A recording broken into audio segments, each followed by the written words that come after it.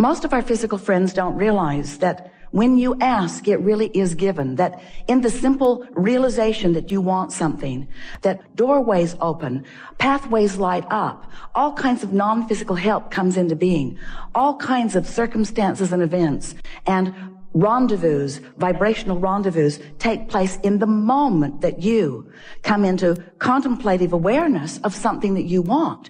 If you could see an aerial view, you would never again worry, because in the slightest wish or hope, and certainly in those stronger desires, pathways light up that are so vivid that those of us who are aware of these pathways wonder why any of you would ever worry. And then we remember that the reason you worry is because you can't see the path. So we want to make you aware of it. We want you to feel the path even if you can't see it. Esther will say to us from time to time, well, light it up a little brighter, will you? Make it a little bit more evident. And we say, you say that you want that only when you're standing in the darkness and you can't see the light. But when you're standing out there, tuned in, tapped in, turned on, you want everyone to get out of your way because you want to be the creator of your own experience. You don't want someone else doing it for you, but we just want to let you know.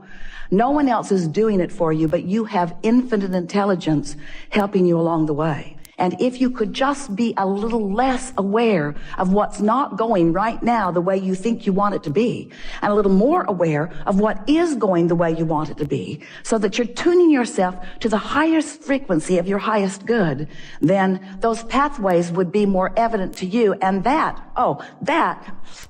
we want to stop for emphasis and punctuation. That is what the best of life is about.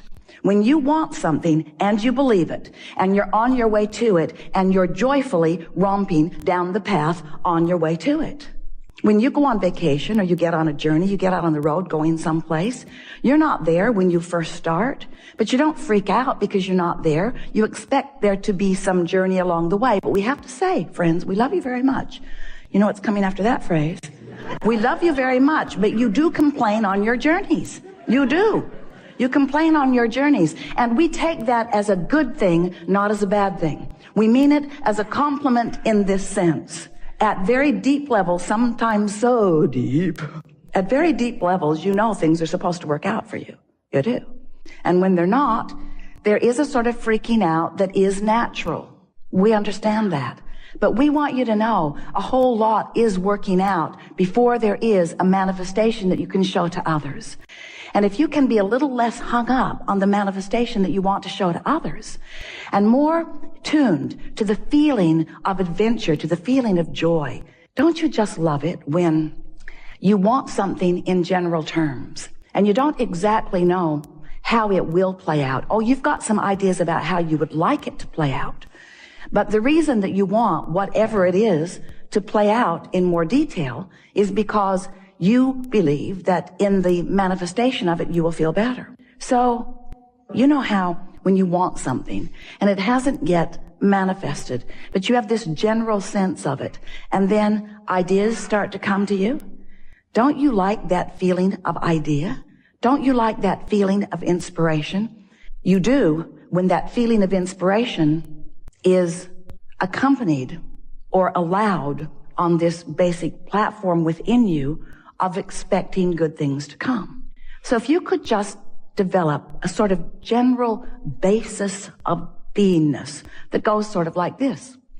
I don't exactly know how it's going to be or who it's going to be or when it's going to be or where it's going to be, but I know that it's going to be really good and that I'm going to know it when I see it. In fact, I know that I'm going to know all the steps along the way, because feeling your way to the next manifestation and the next manifestation and the next manifestation is what the most of your life is about. It's not about the manifestation and the manifestation and the manifestation. It's about feeling your way along your way to the next manifestation and the next manifestation. Hear that? That's really an important thing. Because if it were the other way, if it was just manifestation, I want it, boom, I want it, boom, I want it, boom, I want it, boom, we promise you this would be a seminar on de-manifestation. I have 487 cars, Abraham. The oil is seizing up in most of them because I can't get to them every day. I have more property than I have been able to visit. The rats have moved in. I have more stuff than is manageable. That is what you would say to us. There are more people in my life and there are more conversations to have than I have tongue to have them with. That's what you would say to us. But when you let your world be a vibrational world, which means it's an emotional world, which means it's a thoughtful world, now your world can be one that vacillates between comfort and ease, and power and certainty, and eagerness and clarity and passion and love and joy. In other words, you're up there on that end of the emotional scale. You're not having to dip into the contrast because you have enough contrast in that good feeling end. You like going from, the satisfaction of not being overwhelmed to the exhilaration of having a little more to do right now than you really want to do. In other words, that's really a nice blend of emotions, and you have the ability to control yourself in that way. But you've got to stop. You have to stop making it about the manifestation and begin making it about how I feel right now, how I feel right now, how I feel right now. Because you don't have control over the manifestation because you haven't exercised control over your vibration. But if you start making it about exercising control over your vibration, control over your emotion, control over your thoughts, control over your words, control over your general approach to physical life experience, what you're going to begin to notice is that you have control over all of the specifics of your life. Not just what, but where. And not just where, but who. And not just who, but when. You get to dictate every single part of your experience. You get to call the shots. You are the only one that ever calls it in, and you're the only one who ever holds it out and keeps it from coming. So do you have any idea? We do. And we're not mocking you. Well, a little. Do you have any idea how many experiences you have called to you that you're not allowing to flow with the ease that is possible? And do you know the one reason why you're not allowing these things, experiences, people, places, events, circumstances, dollars to flow to you in the way that you want? It's because you are fixated on the observation of what is. And you are letting the absence of what you want in your what isness dominate your vibration, set up a vibrational field that holds it apart. So you've got this pull, push, pull, push, pull, push thing going on. I want it, but I want it now, and I want it yesterday, and I want it so much, and the not having of it has me upset. That's basically what your vibration, most of you, we love you so much. But we thought you might like to start this new year off knowing how to create your own reality. Because nobody else is creating your own reality, you see. That's why it's called your own reality. Your own reality. You are the creator of your own reality, which means you are the vibrator of your own beingness, which means you are the thinker of your own thoughts. You are the perceiver of your own world. You are the attractor of your own experience. You are the maker of your own life. You are the uplifter of your own being. You are the magnificent genius creator who came into this physical body with the express intent of mixing it up, of looking around, of identifying what you want, of achieving vibrational harmony with it, and then taking glory, watching with reverence and appreciation and rambunctious zest for life, watching the components of your creation come into place one by one to, in some cases, surprise you, and in every case, delight you to the power and the clarity and the worthiness and the goodness and the readiness and the bigness of that which is you. We love visiting with you. We like so much a group like you gathering together, people all around the world. We're pleased that you're there too. Listening to our rampage of appreciation of the life that you are living, your life that you are living. But you can't live your life without those like us benefiting from your exposure to your life.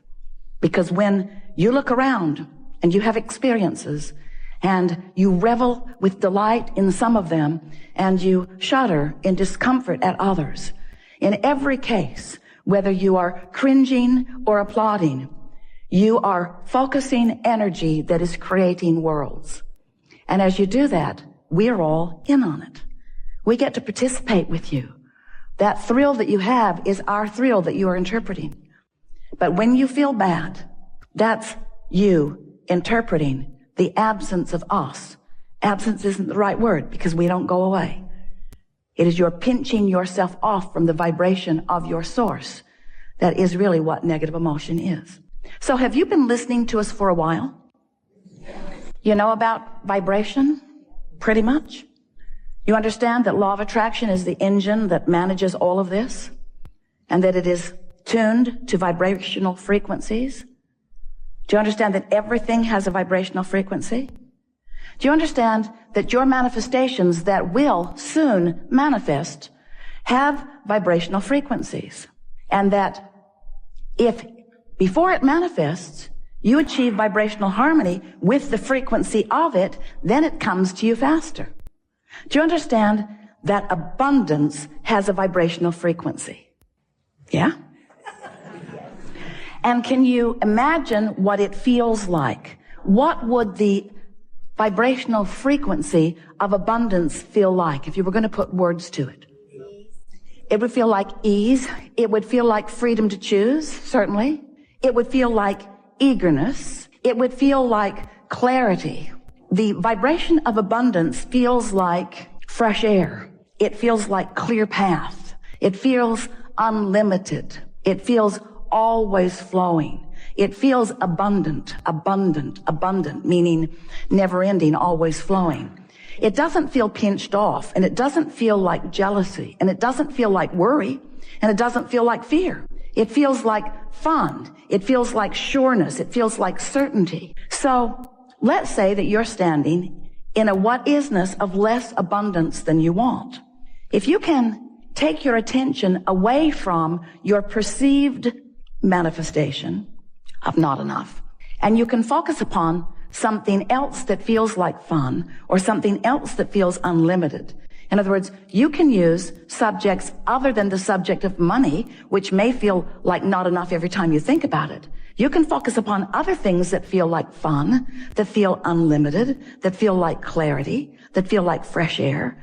You can practice the seed vibration of abundance by staying off the subject if the subject calls something different from you. You see what we're talking about? A while back we said, if you're working on abundance, if abundance is something that is important to you, then take money out of the equation, because there is so much abundance that is abundantly around you that you can tune yourself to the frequency of that. What's something else you want? Usually it falls into a handful of categories. You want money, you want a lover, you want someplace really great to live, you want a body that feels good. So let's say that your intent is for a lover who isn't there. A lover, what does a lover feel like? What does it feel like? What does being in love, what does a lover feel like? What's it feel like? Exhilarated, high. Feels happy, feels high, feels Loving, appreciation. pretty damn good. Feels like well-being, feels like homecoming, feels like security, feels like appreciation, feels like being appreciated, feels effortless, feels like ease, feels natural, feels like desire. In other words, if you can get to the general vibrational reason behind what you want, which is why do I want it? The question, why do I want this thing, will bring to you. Then we know you can begin practicing the vibration of the manifestation that is coming.